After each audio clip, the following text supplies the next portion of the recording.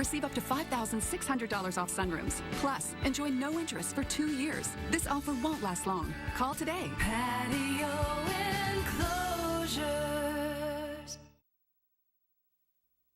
Now, your Channel 3 early warning weather morning update. Gonna have to change my headlines from cloudy to partly cloudy because we are starting to clear things out. It really is a lovely start. A little on the chilly side. Grab a jacket or a sweatshirt as you're heading out the door, but not too bad.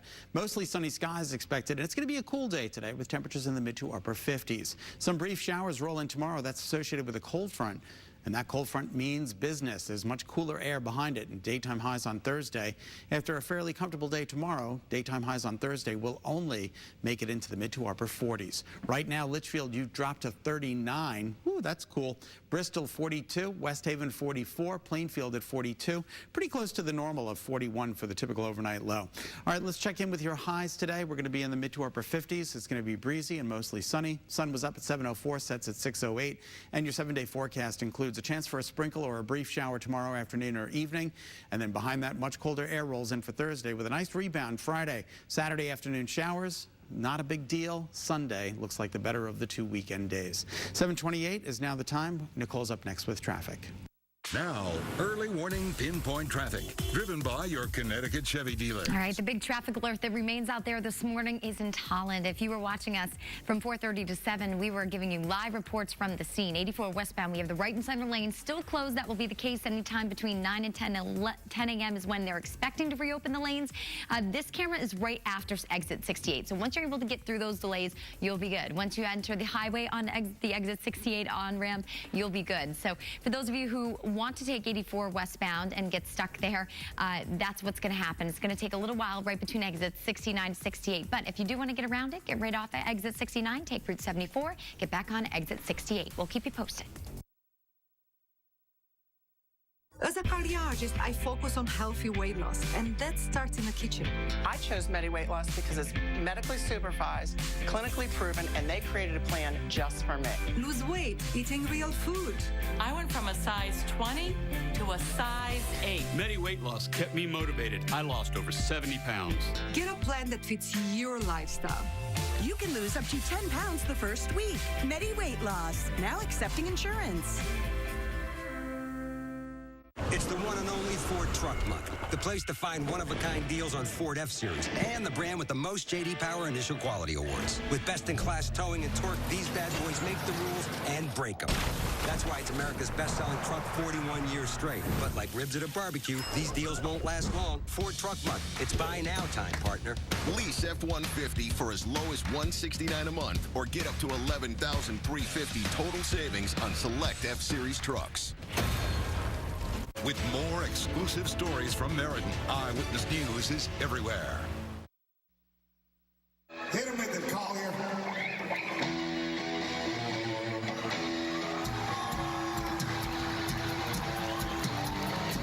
Bow down, everybody. Foo Fighters frontman, that's Dave Grohl, invited 10-year-old Collier Cash. Rule on stage in Kansas City, Missouri to jam out with the band, and they were very impressed. Turns out that Collier is a Metallica expert. He jumps into the familiar riff that opens Metallica's Enter Sandman, and after a little bit of chit-chat with Grohl, Collier then ripped out the opening lines of Welcome Home, Sanitarium.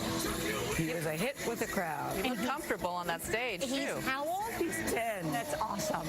That's the thing, is the playing's amazing, but it looks like he's been there for 30 years. He's got a future, that 10-year-old. He was not shy. Welcome back to CBS This Morning. Here are 3 things you should know this morning. The federal budget deficit hit its highest level in 6 years in the 2018 fiscal year when it surged to $779 billion. Now, that's a $113 billion increase from the previous 12 months. The government's fiscal year runs from October through September. Lower federal tax revenue and higher government spending under President Trump contributed to the budget shortfall. The Treasury Department expects the deficit to top $1 trillion in the 2019 fiscal year. Security researchers say an estimated 35 million U.S. voter records were found for sale on the dark web.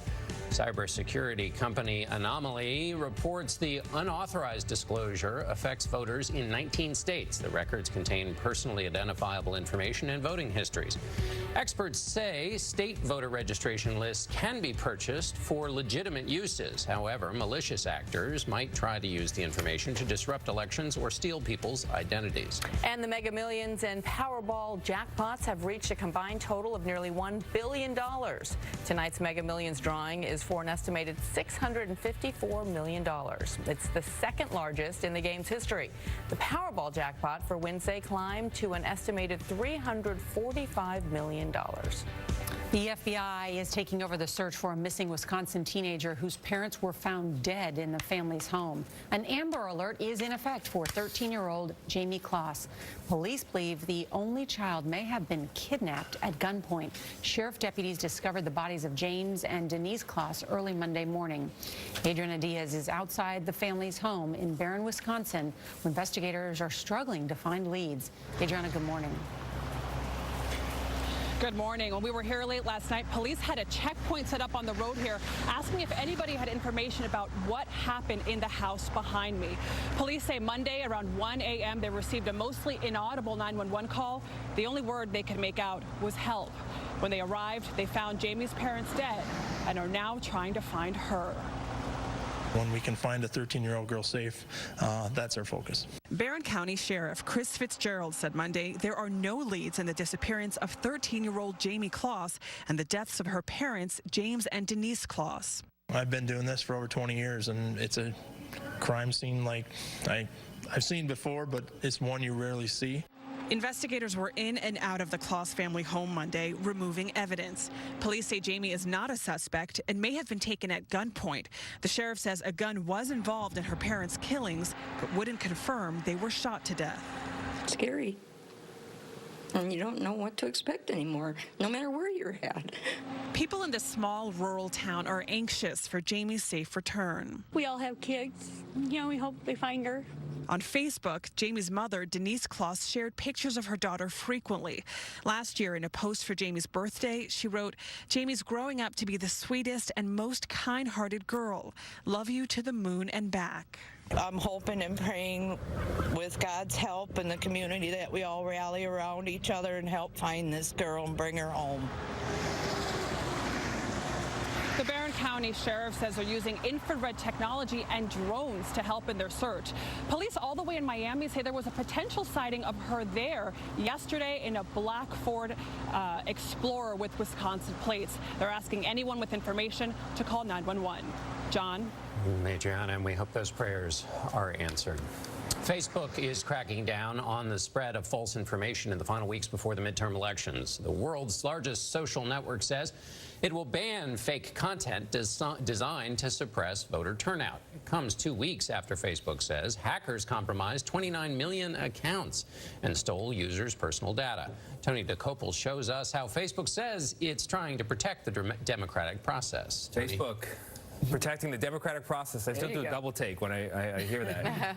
Scandals involving misinformation and data misuse over the past few months have forced Facebook into all-out damage control. This latest policy change, announced only yesterday, addresses one of Facebook's most sensitive challenges: how to define false information and then remove it. Now, this is an important election year. Not only the big U.S. midterms that are coming up, but there are major elections around the world. In May, CEO Mark Zuckerberg pledged to prevent election interference on Facebook. In 2016, we were slow to identify Russian interference. We didn't expect these coordinated information operations and large networks of fake accounts that we're now aware of. To help reduce the spread of disinformation, Facebook in 2016 began prohibiting misrepresentations about the dates, locations, times, and qualifications for casting a ballot. On Monday, the company announced an extended policy to include statements about whether a ballot will be counted and misleading posts about how to vote, including false claims that voters can cast their ballots using text messaging.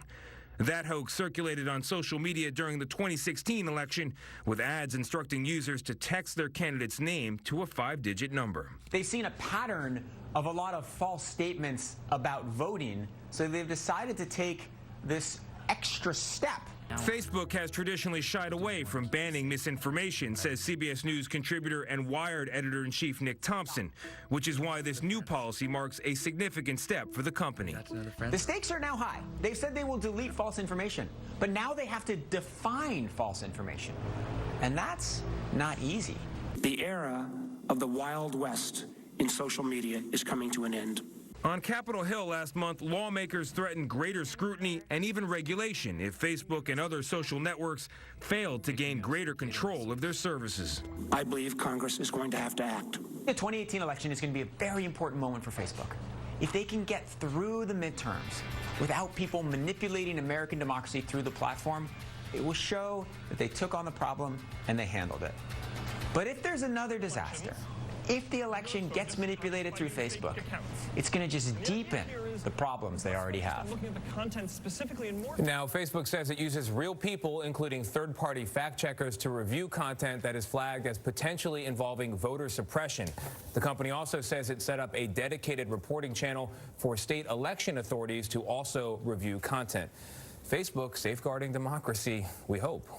Well, then there's this story that's on the front page of the New York Times today, which is pretty stunning to read if you care about what happened in Myanmar and Burma and the mass genocide, religious genocide. Essentially, it was a propaganda machine that was carried out by a number of the senior Myanmar military leaders, inciting violence against Muslims there. And as we know what that led to there, that was a propaganda campaign.